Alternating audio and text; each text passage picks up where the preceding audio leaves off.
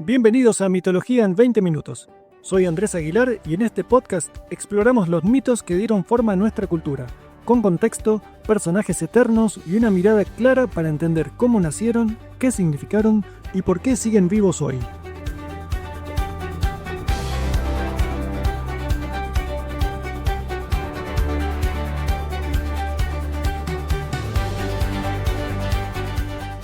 Si estuvieras en la antigua Grecia, digamos en el año 450 a.C., y le preguntás a cualquier persona en la calle quién manda en el universo, te van a mirar como si fueras medio tonto y te van a decir los 12 olímpicos, obvio. Pero acá viene lo interesante. Si le preguntás a 5 personas diferentes cuáles son esos 12, te van a dar 5 listas distintas. Y no es porque no lo sepan, es porque la mitología griega nunca fue tan ordenada como nos la vendieron después. Pero hoy vamos a hablar de estos dioses, de cómo llegaron al poder después de una guerra brutal contra sus propios padres, y de por qué este nuevo orden que establecieron en el Monte Olimpo terminó definiendo no solo la religión griega, sino gran parte de cómo entendemos el mundo hasta el día de hoy. Antes de meternos de lleno con los dioses, recordemos rápido cómo llegaron ahí. Los titanes eran la generación anterior, liderado por Cronos, un paranoico que se tragaba a sus hijos apenas nacían porque le habían profetizado que uno lo iba a destronar. Zeus sobrevivió gracias a que su madre Rea lo cambió por una piedra y cuando creció volvió, liberó a sus hermanos del estómago de su padre y arrancó la titanomaquia. 10 años de guerra entre los olímpicos jóvenes y los titanes viejos. Con ayuda de los cíclopes y los hecatonquiros, Zeus y los suyos ganaron. Encerraron a los titanes en el Tártaro, se repartieron el universo, Zeus se quedó con el cielo, Poseidón con el mar y Hades con el inframundo. La Tierra quedó como un territorio neutral donde los tres podían moverse. Y acá es donde arranca el nuevo orden, el sistema de gobierno que los griegos llamaron los 12 dioses olímpicos. Ahora bien, ¿quiénes eran estos 12? Bueno, acá viene la parte confusa que mencioné al principio. La lista más aceptada, la que encontrás en la mayoría de los textos antiguos, incluye a Zeus, Hera, Poseidón, Demeter, Atenea, Apolo, Artemisa, Ares, Afrodita, Hefesto, Hermes y Dionisio. Pero acá ya tenemos un problema. Hades era uno de los tres grandes, uno de los que ganó la guerra, y sin embargo no está en la lista oficial. ¿Por qué? Bueno, porque Hades vivía en el inframundo, no en el Olimpo. Entonces técnicamente no era un dios olímpico, aunque fuera súper importante. Y en algunas versiones, en lugar de Dionisio, aparece Hestia, que era la diosa del hogar y una de las hermanas mayores. La historia dice que Hestia le cedió su lugar a Dionisio para evitar conflictos, porque resulta que tener exactamente 12 dioses era importante para los griegos. Era un número perfecto, completo. 12 como los meses del año, 12 como las constelaciones del zodíaco. Empecemos por el jefe, Zeus. Este tipo era el dios del cielo, del trueno, del rayo, y básicamente era el que mandaba sobre los dioses y mortales. Los griegos lo veían como el dios del orden y la justicia, lo cual es bastante irónico, considerando que era un mujeriego serial que pasaba más tiempo persiguiendo ninfas que gobernando el universo. Pero bueno, los griegos no esperaban que sus dioses fueran moralmente perfectos. Zeus tenía el rayo como arma, y cuando se enojaba en serio. Lanzaba rayos desde el Olimpo y partía al cielo. Su símbolo era el águila y su árbol sagrado era el roble. Los griegos le tenían santuarios por todos lados, pero el más importante estaba en Olimpia, donde cada 4 años se celebraban los Juegos Olímpicos en su honor. Sí, los Juegos Olímpicos originales eran básicamente un festival religioso para Zeus. Al lado de Zeus estaba Hera, su esposa y hermana. Sí, escuchaste bien, eran hermanos.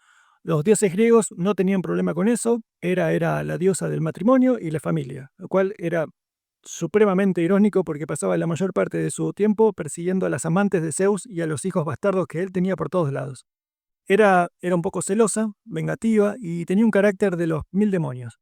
Pero para los griegos ella representaba el matrimonio legítimo y la estabilidad familiar. Su símbolo era el pavo real. Esas plumas llenas de ojos supuestamente representaban la vigilancia constante sobre Zeus. Pobre mujer.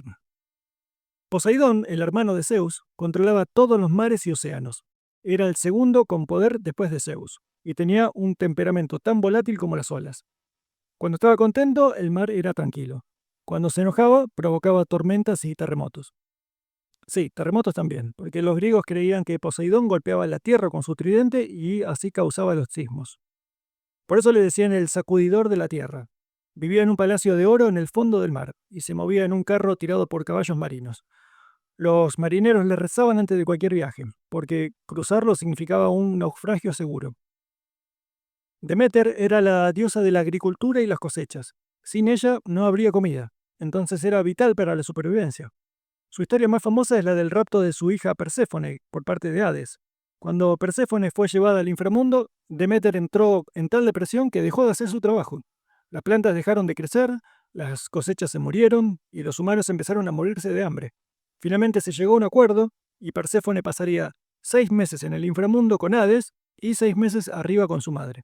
Y así, según los griegos, se explican las estaciones del año. Cuando Perséfone está abajo, Deméter está triste, llega el otoño y el invierno. Y cuando vuelve, Deméter está feliz y llega la primavera y el verano. Atenea era la diosa de la sabiduría, la estrategia militar y las artesanías. Lo interesante de Atenea es que nació directamente de la cabeza de Zeus. La historia cuenta que Zeus tenía un dolor de cabeza terrible, entonces le pidió a Hefesto que le abriera el cráneo con un hacha. Y de ahí salió Atenea, completamente adulta y armada para la guerra. Era la protectora de Atenas, la ciudad que llevaba su nombre. Los atenienses construyeron el Partenón en su honor, que todavía está ahí, en lo alto de la Acrópolis. Atenea era virgen, nunca se casó ni tuvo hijos, y representaba la inteligencia racional y la guerra justa, a diferencia de su hermano Ares, que era pura violencia sin sentido. Hablando de Ares, este era el dios de la guerra, pero de la guerra brutal, sangrienta, caótica. Los griegos lo respetaban porque la guerra era parte de su vida, pero no lo querían mucho, porque era violento, agresivo, muy impulsivo. En la Ilíada, Homero lo muestra como un tipo medio cobarde que huye cuando las cosas se ponen feas. Tenía un romance con Afrodita, la diosa del amor, que estaba casada con Hefesto. Cuando Hefesto se enteró, armó una trampa y los atrapó en la cama con una red invisible. Después invitó a todos los dioses del Olimpo a ver el espectáculo. Imagínate la humillación. Afrodita, la diosa del amor, la belleza y la sexualidad, hay dos versiones de su nacimiento. Una dice que era hija de Zeus. La otra, más interesante, dice que nació de la espuma del mar después de que Cronos le cortara los genitales a su padre Urano y los tirara al océano. De esa espuma salió Afrodita. Era irresistiblemente hermosa, tanto que causaba conflictos entre dioses y mortales. Tenía un cinturón mágico que hacía que cualquiera que lo viera se enamorara de ella. La guerra de Troya, ese conflicto que duró 10 años y que inspiró a la Ilíada, empezó básicamente porque tres diosas, incluyendo a Afrodita, se pelearon por una manzana dorada que decía para la más bella. Apolo era el dios del sol, la música, la poesía, la medicina y las profecías. Era el típico dios multifacético. Tocaba la lira como nadie, curaba enfermedades, pero también podía causar plagas con sus flechas.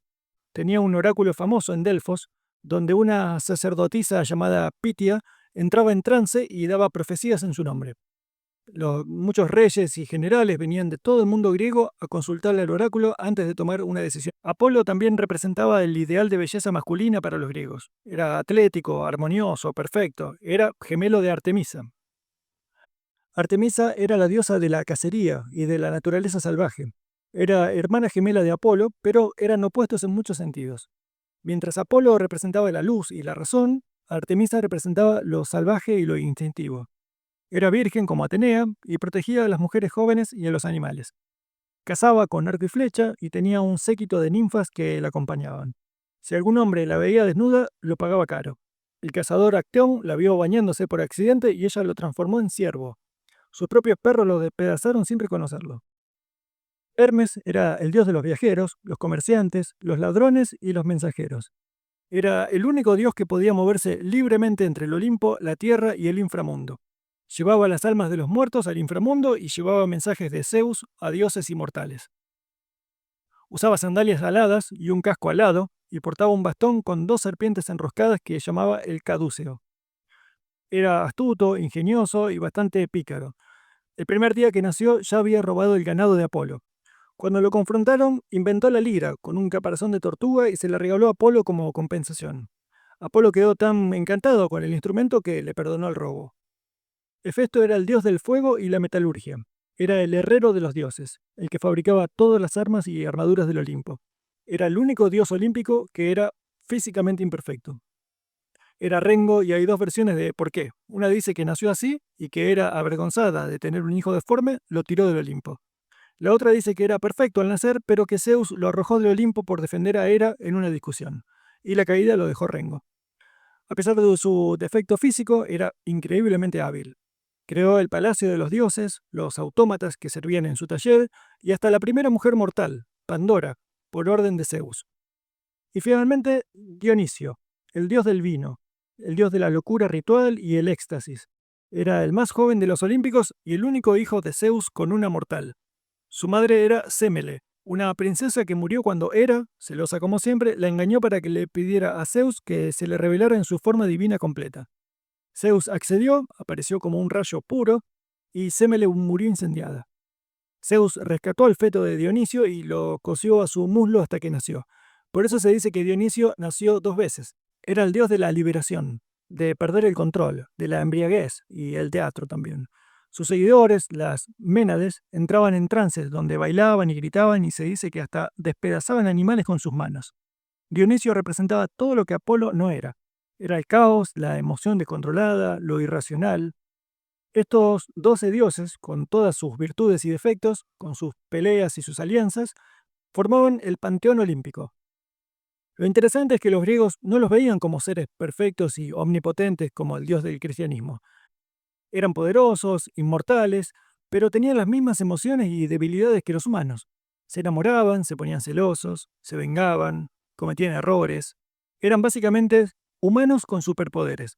Y eso los hacía más cercanos, más reales para la gente común. El nuevo orden que establecieron los olímpicos, después de derrotar a los titanes, no era perfecto. Había intrigas, peleas, infidelidades. Zeus tenía que estar mediando constantemente entre los dioses que se peleaban por influencia o por territorio. Pero era un orden, una estructura. Cada dios tenía su dominio, sus responsabilidades, sus áreas de influencia, y los humanos podían recurrir a ellos según sus necesidades. Ibas a navegar, le rezabas a Poseidón. Necesitabas una buena cosecha, le ofrecías sacrificios a Deméter. Ibas a la guerra, podía pedirles estrategias a Atenea o fuerza bruta a Ares, según tu estilo. Los templos de estos dioses estaban por toda Grecia. Cada ciudad tenía su dios protector. Atenas tenía a Ateneo, Corinto tenía a Afrodita, Delfos a Apolo. Los festivales religiosos eran eventos masivos que duraban días.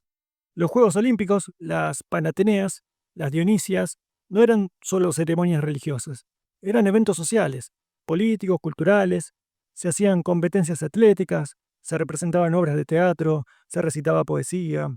La religión estaba entretejida en cada aspecto de la vida griega. Y acá viene algo que me parece muy interesante también. Este sistema de 12 dioses, con todas sus historias y personajes, terminó influenciando a toda la cultura occidental. Los romanos adoptaron estos dioses y le cambiaron los nombres.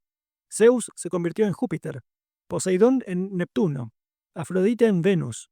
Pero eran los mismos dioses, con las mismas historias. Y cuando el cristianismo llegó, muchas de las funciones de estos dioses se trasladaron a los santos.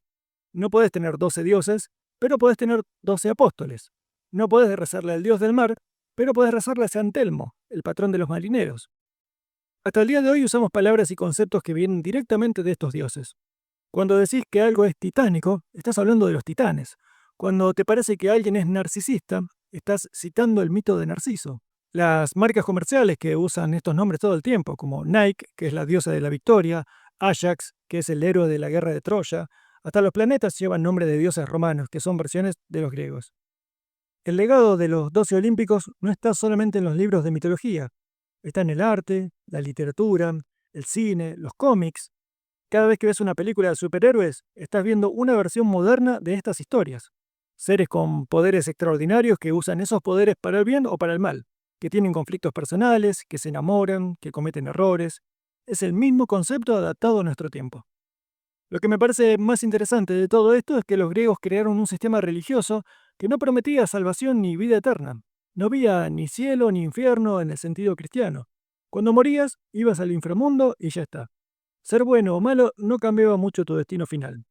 Entonces, ¿para qué servían estos dioses? Servían básicamente para explicar el mundo, para darle sentido al caos. ¿Por qué hay tormentas? Porque Poseidón está enojado. ¿Por qué hay estaciones? Por la tristeza de Deméter. ¿Por qué existe el mal? Bueno, porque Pandora abrió la caja, que ya lo vamos a ver en otro episodio. Era una manera de entender lo incomprensible, de poner nombre a las fuerzas que controlaban sus vidas. Y también servían como modelos de comportamiento. Aunque parezca raro decirlo, considerando lo mal que se portaban estos dioses, Pero las historias de los olímpicos enseñaban lecciones. Te mostraban las consecuencias del orgullo excesivo, la importancia de la hospitalidad, el peligro de desafiar a los dioses. Cuando lees la mitología griega no como religión, sino como literatura, te das cuenta de que es un espejo de la sociedad que la creó. Los griegos proyectaron en sus dioses todas sus virtudes y todos sus defectos. El Monte Olimpo sigue ahí, en el norte de Grecia. Podés subirlo si querés, hay rutas de trekking. Obviamente no vas a encontrar a Zeus tirando rayos en la cima, pero es un lugar impresionante.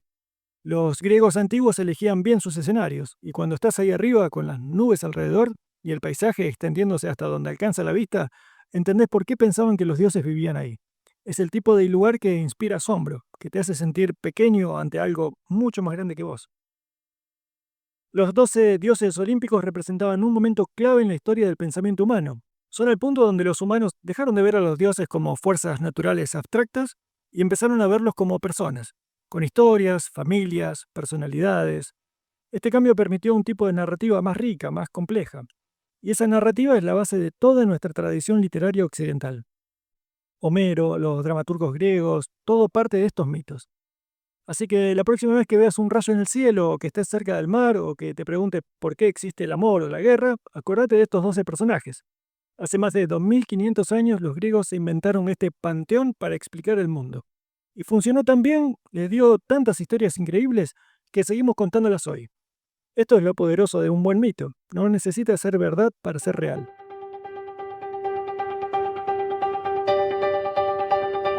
Si te gustó este episodio y querés seguir descubriendo las historias que moldearon nuestra cultura, suscríbete al podcast para no perderte los próximos episodios.